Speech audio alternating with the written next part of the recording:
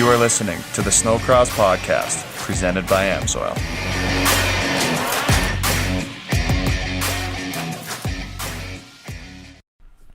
Greetings, welcome to this week's episode of the Snowcross podcast presented by Amsoil. To thank you for tuning in week after week, our friends at Amsoil are extending their free shipping offer. When you enter promo code FREESHIP-SNOWX, you're going to get free shipping on orders of $50 or more. So thank you, Amsoil.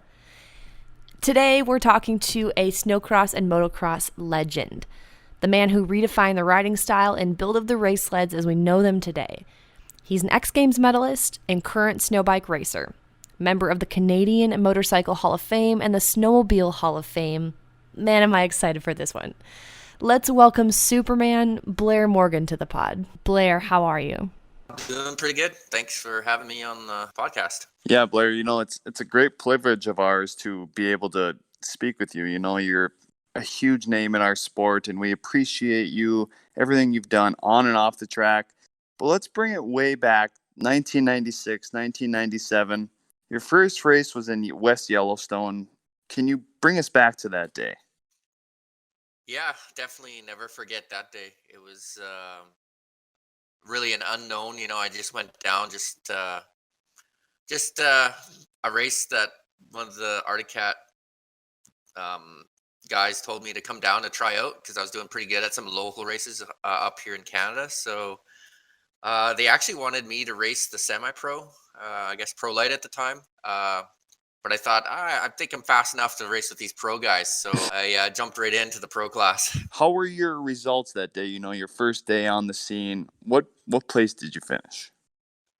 Well, it kind of was going good and bad at the same time. I ended up, I think I didn't race open class because I didn't have a mod. So I ended up just like focusing on the one class and ended up doing really well. I think I won all my qualifiers. So, and then going into the final, I knew I had the speed and end up leading the race right till I think like 2 laps ago. And then Kirk Hibbert passed me and I just followed him. I was happy with second. I was happy just to be out there with those guys. So it was a pretty amazing day, actually. For the listeners, who were some of the other guys back in that day? You mentioned Kirk Hibbert. Who were some of the other guys you were racing with back then?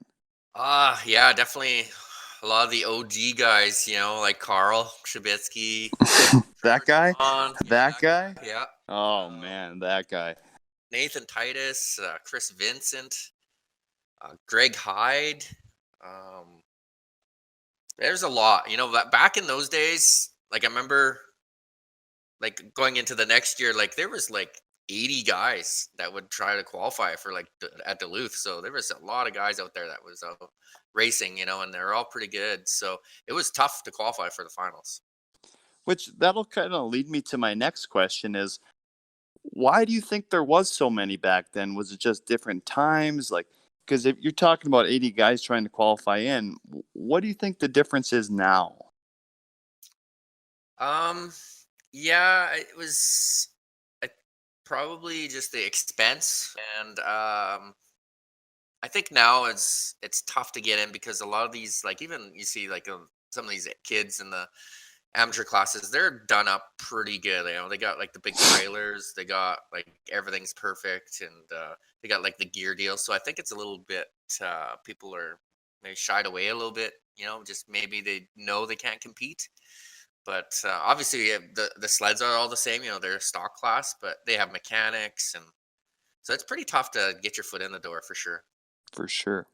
Now, Blair, you really pioneered the modern snowcross riding style, likely due to your motocross background, stand up, high flying, and aggressive. And you also had an impact on the design of the machine. Can you talk us through some of those specifics? Well, yeah, like when I first came onto the scene, I, obviously with the motocross background, I just always thought, the way the sleds were designed back then, they weren't the best suspension. So obviously your legs are probably the best suspension you got. So I just felt like you have better control while you're standing up too, I don't know. I just didn't even really think about it when it was happening. And then for Ski-Doo to come out with the Rev, that was a game changer right there. And then everything's kind of went from there. That was the first. Now, Blair, when you came onto the scene with the riding style that you did, it was so new, it was so innovative. Did that ruffle any feathers? Were people caught off guard by that? Did it cause any tension? I know you had some rivalries over the years.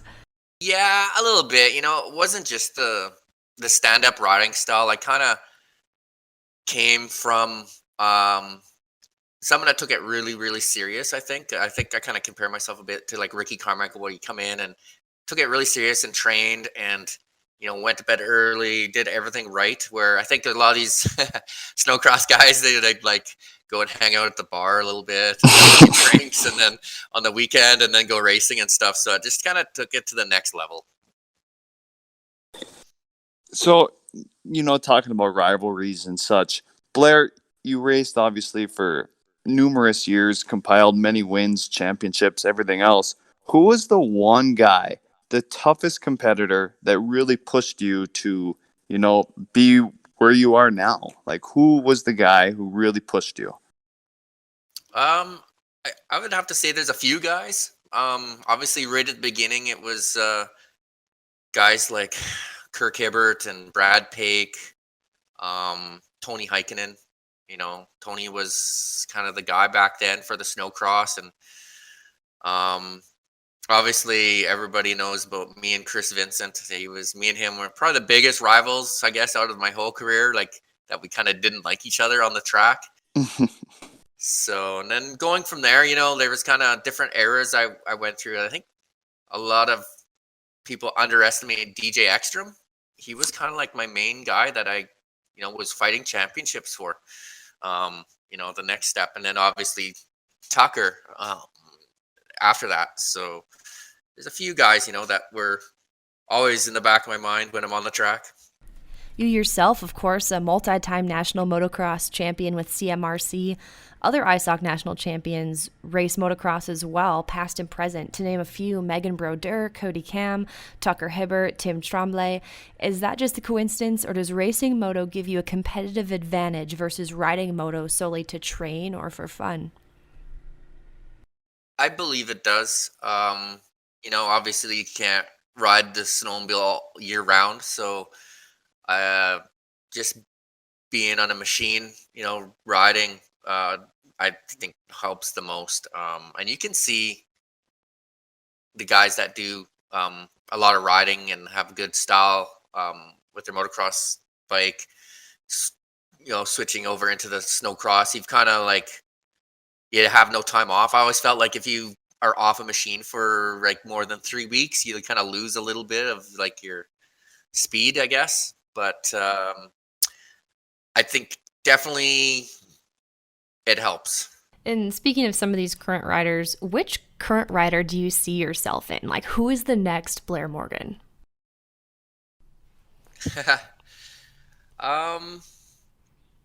That's a tough one, like I kind of felt like my style was like pretty smooth, never riding over my head.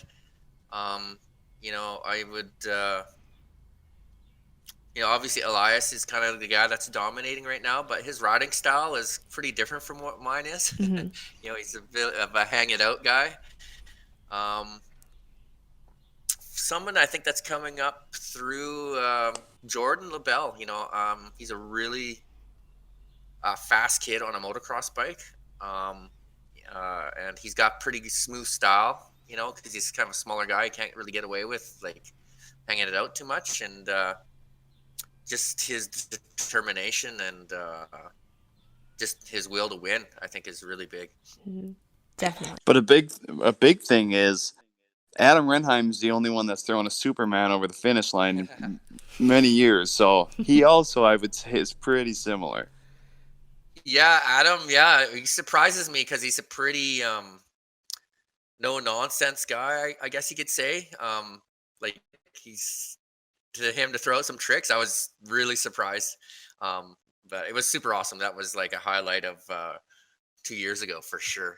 Yeah, the sport needs guys like that, like stuff to spice things up. Like it'll never. Obviously, the only negative would be if he got hurt. But these guys are all so talented; they can make things happen. And it was just a cool thing, and especially for you, like going back, paying a memorial to you, because that was your deal. And honestly, man, it was just awesome. Yeah, that was super cool. I remember, yeah, I kind of, threw some tricks out, and then kind of later in my career, I didn't really do too many tricks because obviously the racing was um, getting to the next level, and the risk of injury and stuff like that. So I remember the announcers like Greg Kramer and stuff like that were always trying to like make me do tricks and stuff. Which obviously that at that time too, the racing and the freestyle stuff kind of went their own ways. Guys like Levi kind of took it to the next level on the freestyle side. So, yeah, the freestyle stuff, you'd have to watch a different program to see the Superman. Let me ask you about our Pro-Am women's champ, Megan Brodeur, our Skidoo rider. Can you comment on her riding style? Of course, there's so much that goes into it, but is this what sets her apart from the rest of the class? Or in your opinion, what sets her apart from the rest of the Pro-Am women? She works hard. Obviously, if you guys know her dad, he's got everything, set up for her. They got like a practice facility. The sleds are top notch all the time. She's riding out of one of the big teams, the Anderson Racing. She's got all the pieces of the puzzle, obviously. And then, I've kind of seen her come from a few years back, where she was younger too, and her strength now and her confidence, it's just all kind of fell together. She works hard. Yeah, it's cool to see her progress from she was go from I wouldn't say struggling, but just like getting beat pretty bad by the other girls to dominating now. And that leads me to my next question. We've seen you quite a bit over the last few years. For those who don't know, what exactly are you doing on race weekends? I know you're very involved with the Skidoo teams. Yeah, I came back. Obviously, after I got injured, I kind of took a big break from the whole racing thing. I, was racing basically professional for almost 20 years. So I had just cool for Skidoo to kind of want me to come back. It kind of started with Tim Tremblay, just kind of Skidoo was kind of just getting obviously Tucker was winning everything at the time, and Tim was their top guy at the time, and we just wanted to try to get him just something to help him get back into us. And that was how I kind of got back involved. And then I kind of just talked to some of the other riders, and then Skidoo brought me on just kind of an overall kind of mentor, kind of coach, I guess, for all the Skidoo riders, which is kind of, I guess, my title now, as I kind of help out mostly the pro guys. I guess I try to get back into the pits for some of the younger amateur guys, but I'm pretty busy with just the pro guys, actually. Mm-hmm. No doubt. That's so cool that you're staying involved. We're very lucky to have you, like Matt said, and yourself and Tremblay, to be able to have two iconic racers come back and give back to the sport like that, man. That's awesome. Yeah, I listened to Tim's podcast with you guys, and yeah, it's cool to see him back with like he was saying before, like how he is there for somebody that he use, like he's even on the track with the guys. Like obviously I can't really do that level of involvement, but for him to be out there riding and then actually being like faster than the guys he trains, and those guys are super lucky to have a guy like Tim, for sure. I have a question for you. So, you're saying you mostly work with the pro guys, Elias, Aki, Benham, Lincoln, all these guys. Who is the hardest one to train out of those guys or mentor? Which one, bullheaded, whatever it may be, which one of those guys is the toughest to work with? They're all like the personalities of all these riders are quite different. Obviously they all have like kind of their own training programs. They all kind of have their own schedule and the way they go about approaching the racing. I'm kind of there just for tips and stuff. Um, you know, I always say the best advice is no advice. These guys are at a level where they're probably a higher level than I am even. So, I'm just in there kind of egging them on, just cheering them on a bit. And I would have to say the Scandinavian guys, they kind of have like their own deal. Like they're not that they don't listen, but they kind of like have kind of things figured out. I think I don't know. I would say Elias, like he's so confident at the moment that I talked to him a bit, but you can just tell that he just knows what to do. So I'd have to say like those guys, they really like are focused, and the other guys are pretty cool. Like I'd say Lincoln's the easiest guy to talk to. Um, he's really like appreciative of like the help that I give and stuff like that. So it's a whole side of the scale to the other with those guys. And I know previously you've been on the microphone talking to the racers during the race. Are you still doing that? With Elias, he has his dad talking to him, and probably in a different language that I know too. That's like I've been kind of mostly talking with Lincoln. I did with Tim a little bit a couple years ago, but it's been mostly Lincoln on the line. So that's pretty cool to be able to like kind of give a little bit of input to the rider while he's on the track. That's pretty cool. So what exactly are you doing? Are you just kind of, giving him some line advice, telling him people might be faster in this area? What are you doing when you're talking to Lincoln?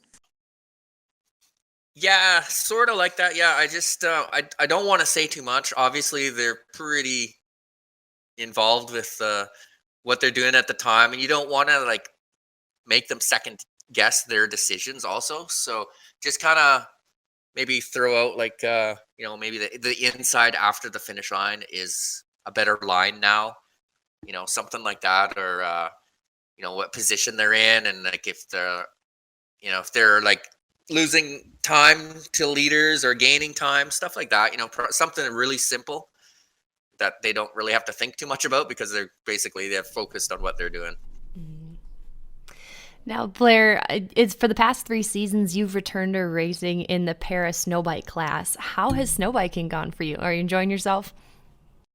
Yeah, that's totally something that's been pretty cool that I kind of got into, I guess, because I never really got a chance to try this whole snowbike thing back when I was racing. Early versions of it, obviously, they're a lot better now. So it's just a great event, the X Games, to be involved, and all the other para guys, and it hasn't gone that well for me results wise, but I've been having a blast, and that's the most important thing. I think is just that we're having fun, and yeah, it's been great to be back kind of on the starting line, really, in the race. Mm-hmm. So we can expect to see you next year? Hope so. I hope all this quarantine and all this other stuff that's happening right now, I hope everything can rebound quickly. Everything's kind of up in the air right now. So I hope everything goes back to normal soon. Most definitely. Now, since we're talking about snowbike, I want to shift gears a little bit and talk about the moto side, because of course that's another huge part of your career. You have said in interviews that after your injury, it took you a while to want to get back into moto, to go into the races and, being involved with it. And part of that was some things going on in your personal life. Was it that way at all for snowcross too? Did you feel like you needed to take time away from it before getting involved again? Yeah, definitely. Obviously, my injury was a life changer. So, um, even before I got hurt, I was already kind of gonna retire and kind of, like I said, it was like 20 years of solid, like devoting my whole life to racing. So it was nice to take a break actually from it and doing something different. I had younger kids at the time, and just being home with them and raising them properly and getting them, doing all their activities and stuff was kind of cool because it was different stuff that I never got to do before. So, but obviously when racing's in your blood, you kind of can't stay away for too long. So I was itching to get back and get traveling again, and it's cool to see like some of my input, you know, working out for others on the track. So that's kind of cool to it's almost like I swear, like when I come to the races still, I still get really nervous, like butterflies in my stomach, just like just hoping my guys do good. So it's kind of cool to have that feeling again. Sure. Now, you mentioned your kids. Have the apples fallen very far? Did they take after you in a need for speed, or have they not really been involved in motorsports? Um, yeah, no, they don't race or anything. We just, my son rides and stuff still, but I don't know, man. I think he's just seen like how I got injured a few times, and he's just too smart to be a a good racer, I think. So he's kind of an academic guy. So, but yeah, we just did our own thing. We did like a big soccer thing for him when he was younger, and then yeah, he still loves to ride, but it's kind of something that maybe he saw like my riding and racing became like a big job, and then I kind of missed just riding for fun Mm-hmm. sometimes, and he rides for fun, so I think that's great. That's awesome. Now, are you riding for fun too? Snowmobiles? Yeah, I ride a lot, whenever I can. Um, we had a pretty good spring here, a late spring, so I was riding quite a bit. I was actually a week ago, I was still riding. So it's been fun. And also the snow bike thing, that was good. I did a lot of practicing for that before X Games, and other than that, I actually ride the dirt bike in the summertime now too. So that's kind of a cool thing. I haven't done that for a long time, and that's been great for something to do. And then obviously Can-Am side by sides in the summer too is awesome. Um, so yeah, I definitely need to get out on something. Need the speed. For sure. Well, it's good to hear you're keeping busy. But this week we had an incident happen involving one of our riders, Racer Frank, who suffered a severe spinal injury after landing on his head in a motocross accident. We are getting bits and pieces of good news, and for those who don't know, the latest update as of today, April 28th, is that he is able to move his arms, feed himself, shrug his shoulders, and puff out his stomach, which is below his injury line. So from all of us at Snocross, we're sending our thoughts and prayers to Racer Frank and his family. Blair, at any rate, it is a long road to recovery for Racer. What helped you get through that difficult period of your life following your injury? Yeah, I've heard about the accident. The Skidoo race director, Kerry Daku, I kind of knew even before he told me about it, and he filled me in with some more information. And yeah, obviously, hopefully he has 100% full recovery. But even to get to there, it's a lot of hard work and determination, I guess. But yeah, just gotta, I guess, believe in yourself and just have positive attitude and positive thoughts. I think that helps a lot. And for me, it was my children, I guess, that kind of got me through it. They're really young at the time, so obviously I didn't recover fully from that. But it's been over 10 years now, so it's kind of crazy how quickly time flies right now. But uh, you know, as long as you're alive, I guess, that's the biggest blessing, I guess you could say. Well said. Well said. So, Blair, take us back to West Yellowstone one more time and try to recall that day, that track, the pits, everything surrounding the event. How would you compare the West Yellowstone event compared to, say, an event in this year's ISOC series? Yeah, the comparison is like I tell a lot of people, they always ask this question actually a lot. So I'd say it's just a better show. We had back in the day, you could even see this in Supercross and stuff. There's like hay bales, like actual hay bales, where now they have like the cool tough blocks with like the sponsors on them and stuff. And they got the fireworks and the flames of the finish line and stuff like that. So it's just an all around better show, I guess. it's a bit of a circus show, I guess, but it looks good, and it looks good on TV. So I think that's the biggest difference from the old days to now. It just looks good. Yeah, even all the riders and mechanics, they all have the gear on, and your mechanic would have a plaid shirt on with jeans and filthy hands on the start line, and yeah, it's quite different now. A lot more professional. Well, I think it's been decided. I think this calls for a throwback day where mechanics have to wear the flannels and jeans. What do you say? I think that sounds good. Yeah, that would be cool. That'd be fun. Only if Blair gets involved. Yes. Blair's got to be involved.